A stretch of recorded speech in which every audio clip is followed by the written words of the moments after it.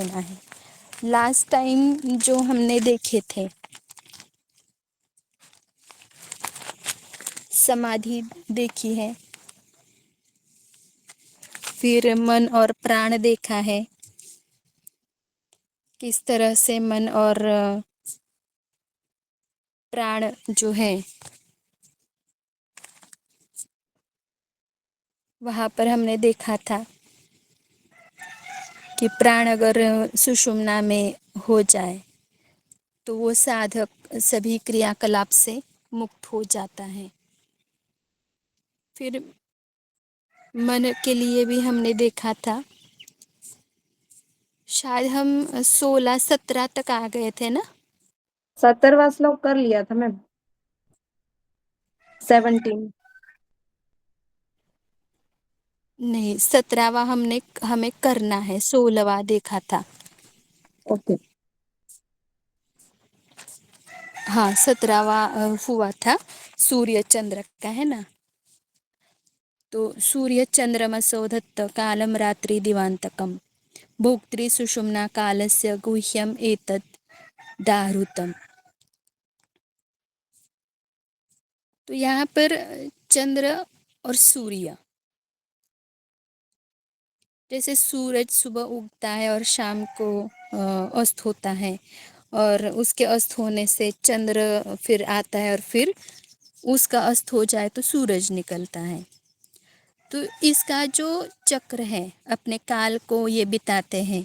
उसी तरह हमारी जो सूर्य नाड़ी और चंद्र नाड़ी है, तो वह काल को माने, काल माने क्या, मृत्यु को कहा गया है। तो उसको माने हमारी जो आयु है उसके लिए यह सूर्य नाड़ी और चंद्र नाड़ी वह बिताती है। मगर यह काल को रोकने वाली सुषुम्ना है, और यह रहस्य जो है अत्यंत गुप्त है, ऐसे उन्होंने कहा है। फिर आगे कहा है कि द्वासप्तशती सहस्राणि नाड़ी द्वाराणि पंजरे सुषुम्ना शांभवी शक्ति शेषास्तेव निरर्थकः। शरीर में द्वासप्तशती सहस्त्राणि, सहस्त्र माने हजार, द्वा 2 और 7 माने 72,000 नाड़ियां शरीर में है। और सुषुम्ना शांभवी शक्ति ही शेषास्तेव निरर्थकः। और सुषुम्ना जो है यह मुख्य शक्ति है, और अन्य शेष माने जो अन्य नाड़ी है, 72,000 नाड़ियों में जो सर्वश्रेष्ठ नाड़ी है वह सुषुम्ना है, और अन्य जो नाड़ियां हैं उन्हें निरर्थक कहा गया है।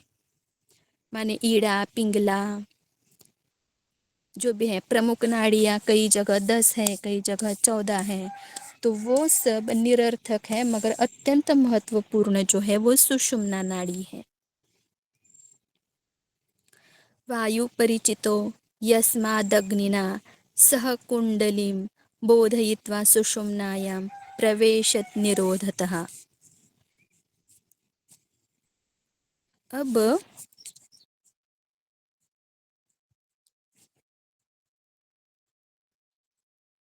यह जो वायु है,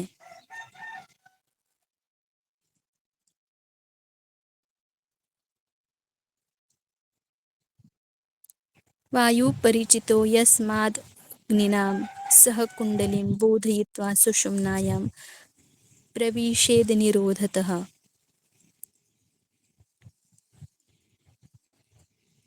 हे त्वयं तु चित्तस्य वासना च समीरणः। यहाँ पर आपके यहाँ पर मेरे तो 19, 20, 21 गायब ही है।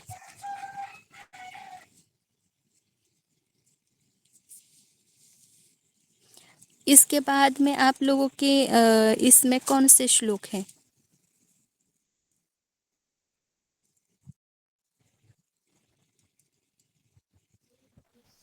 विश्वास होता है मैम, वायु परिचितो यस्माद् सह कुंडलीम। हम्म और उसके 20वां श्लोक है सुषुम्ना वाहिनी प्राणे सिद्धयत्वे मनोन्मनि। अन्याथितराभ्यासां हम्म, प्रयासां 21। योगिनां। 21 है, पवनो बध्यते येन मनस्तेन बध्यते, मनस्य बध्यते येन पवनस्तेन बध्यते।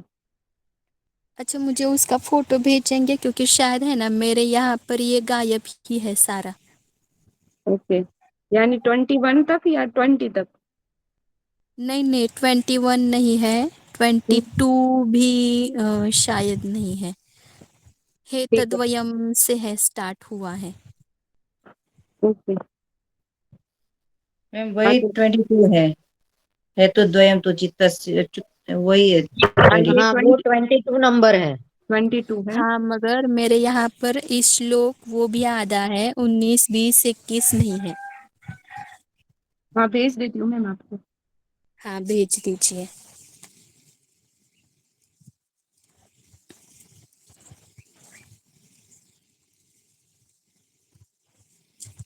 क्योंकि बुक नहीं है ना मेरे पास। अम,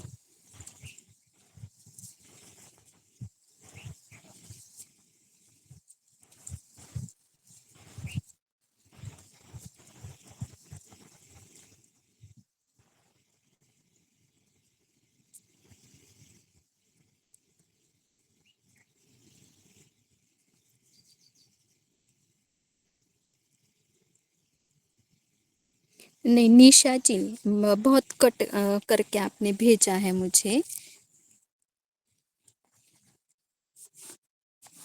दूसरी बार भेजती हूँ। हाँ हाँ।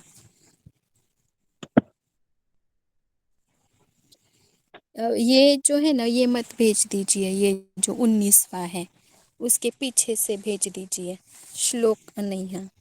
ठीक। हाँ।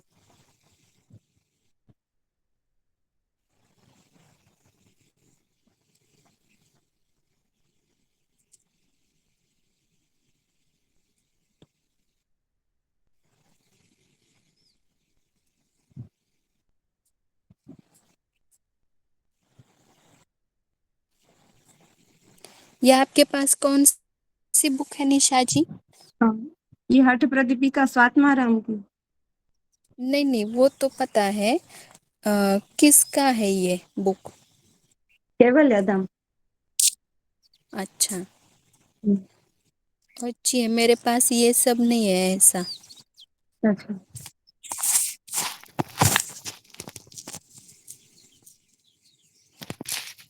आपको अच्छे से एक्सप्लेन किया है यहाँ पर।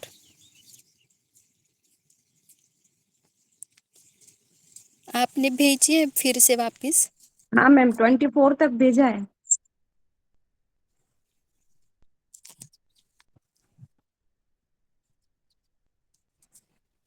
लास्ट 2 पेज अभी भेजे ना, उसमें 24 हाँ, तक है।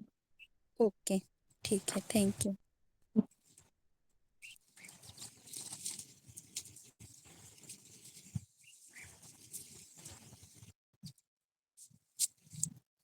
ठीक है, ये मुझे दिख नहीं रहा है, ये कट रहा है। 19वां श्लोक जो दिया है वायु का, उसका ट्रांसलेशन एक बार पढ़िए आप ही।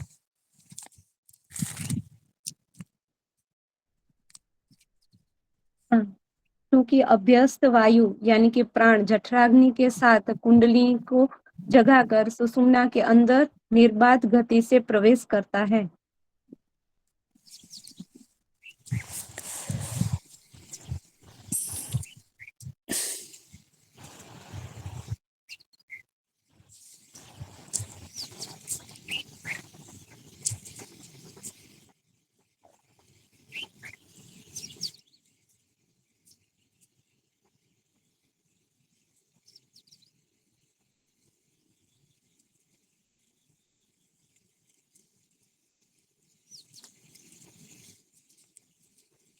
ठीक है, तो यहाँ पर जो दिया है कि अ, वायु परिचितो यस्माद अग्निना सह कुंडलिनी।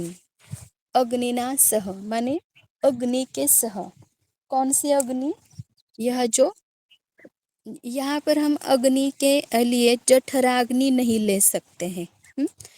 उन्होंने जठराग्नि, जठरानल या कुछ ऐसा नहीं कहा है।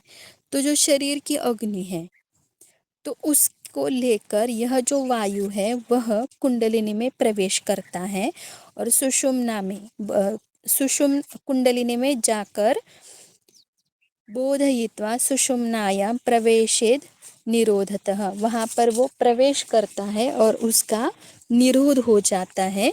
यह बात यहाँ पर उन्होंने समझाई है। अब यहाँ पर जो है इनका जो टिप्पणी है जो आपने भेजी है, वहाँ पर यह बात दी है कि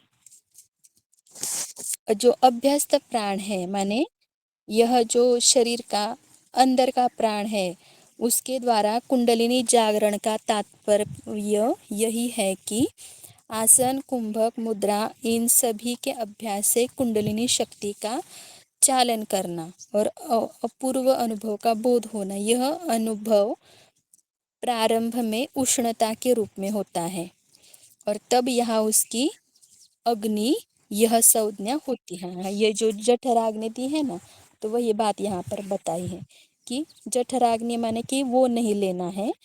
तो जठराग्नि माने हमारे स्टमक में होती है, जो पाचन में ये होती है। तो वैसे अग्नि एक नहीं है। तो कितने अग्नि है कुल मिला के? 13 है। धात्वाग्नि, भूताग्नि और जठराग्नि। तो यह जो अग्नि है वह हमें ध्यान में रखना।